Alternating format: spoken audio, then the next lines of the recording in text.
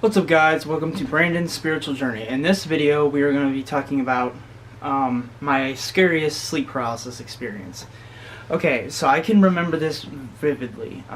It happened probably about 9 months ago, probably, as you know, not 100% sure, but it was a while ago. Now, since I was a little kid, I've always experienced sleep paralysis, and they have all been scary to a point to where, because you can't move and things like that, but it's never been scary to the point to where it was about 9 months ago. And since then I've learned how to embrace it and things like that. But let's talk about the experience. Okay, so it was, I think, around 3 o'clock in the morning. I went to bed probably around 9 or 10 that night. I remember waking up, looking at the clock. It was like 3 o'clock in the morning. I fell back asleep, but this time I accidentally fell asleep on my back, which is where I usually end up falling into sleep paralysis. And for that matter, I would usually try not to fall asleep on my back because I didn't want to experience it. Now I try to experience it so I can try to astral project. But anyway, so yeah, I fell into sleep paralysis, and my door, see, it was in a different room at the time. My window was over there, my bed was like right here, and the door was like right here. It's directly down this hallway. But anyway, my door was slightly cracked so my cat can get in and out. And I had, at the time, I didn't have any curtains or blinds on my window. That way, because we had one of those lights outside our house that it's a motion detector, so if someone would look in or someone would walk over there, the light would come on. If I see them, I could, do something, call the cops or do whatever. But anyway, so yeah, I didn't have any blinds, so at the time it didn't bother me. I really didn't care. But when I fell into sleep paralysis, I remember automatically feeling like someone was coming into my doorway. And I kind of wasn't scared at first because I thought it was my mother. And I was like, okay, maybe she's coming to wake me up or something. And then I realized, wait a minute, it's 3 o'clock in the morning, she's sleeping. So that thought, kind of left my mind. And so it started to kind of scare me. I was like, who's in my room? And at the time, I didn't realize all this was in my head. I thought I was in real danger. And so as it got closer and closer, it kind of disappeared. That went away. And I was like, okay, this is cool. I mean, hopefully I wake up soon. But the next thing I know, I felt like there was something standing in my room by my window. And I had the distinct feeling, I can remember this like it was yesterday. I had the distinct feeling like it was an alien, like a gray alien, just standing in there looking at me. And I kept hearing this really loud ambient noise, like in my room. And all of this is auditory hallucinations that you experience in sleep paralysis. There was nobody in my room, I was in no danger. But yeah, I felt like there was an alien in my room. And I know it sounds crazy, but it freaked me out. And I felt it coming closer and closer and closer, and then it sat on the bed. Because I could kind of feel like it sat down like on the corner of my bed, and I could just feel it staring at me. Just like blatantly staring at me. It was really bizarre, and it scared me so much so that when I finally did wake up, I was in a very, very drowsy hypnopompic state, and I was just like, I was trying my hardest not to fall back asleep because I was terrified.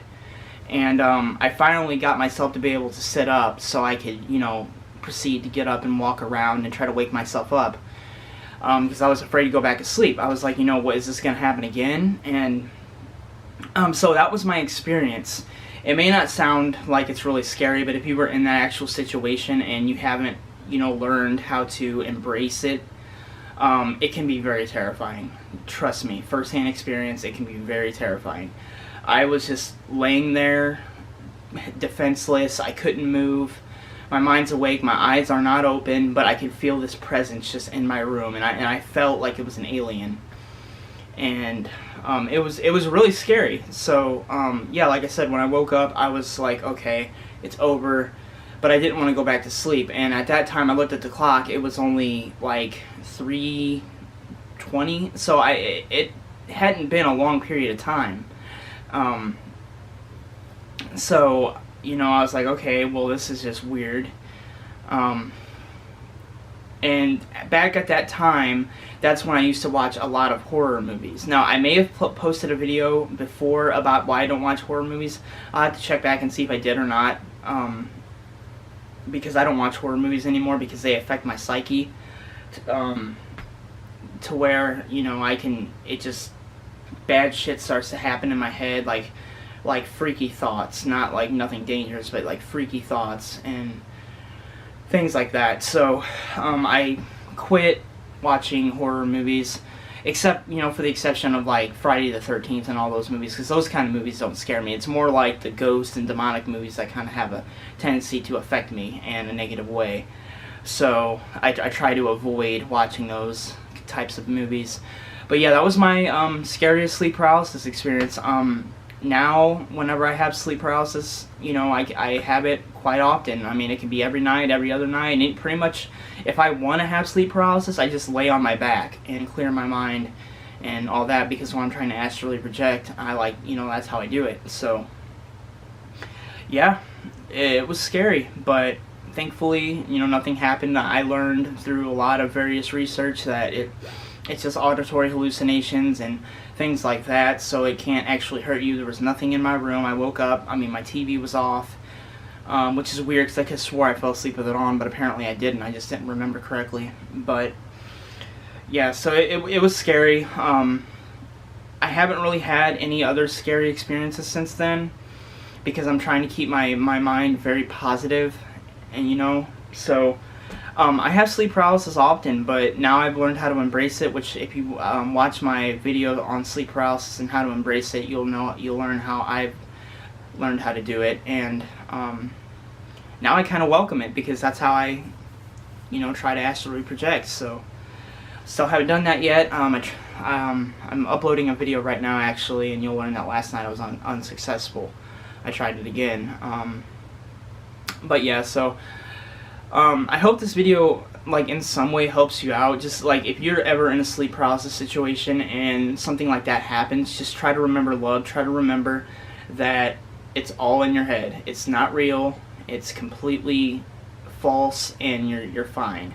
You will wake up, and nothing will be wrong, you know, unless like an intruder is actually in the house or something like that, in which it probably will wake your physical body up in that situation, because it's not, you know, noises that are coming from actually inside your mind. It's outside noises, which would probably wake you up, I would assume.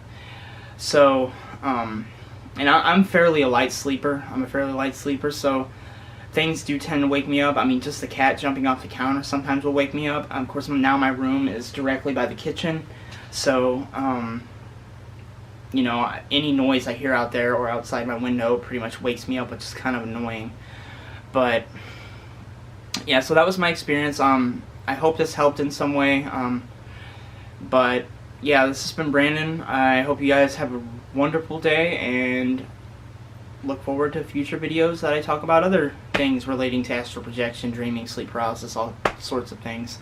So yeah, it's been Brandon. Peace.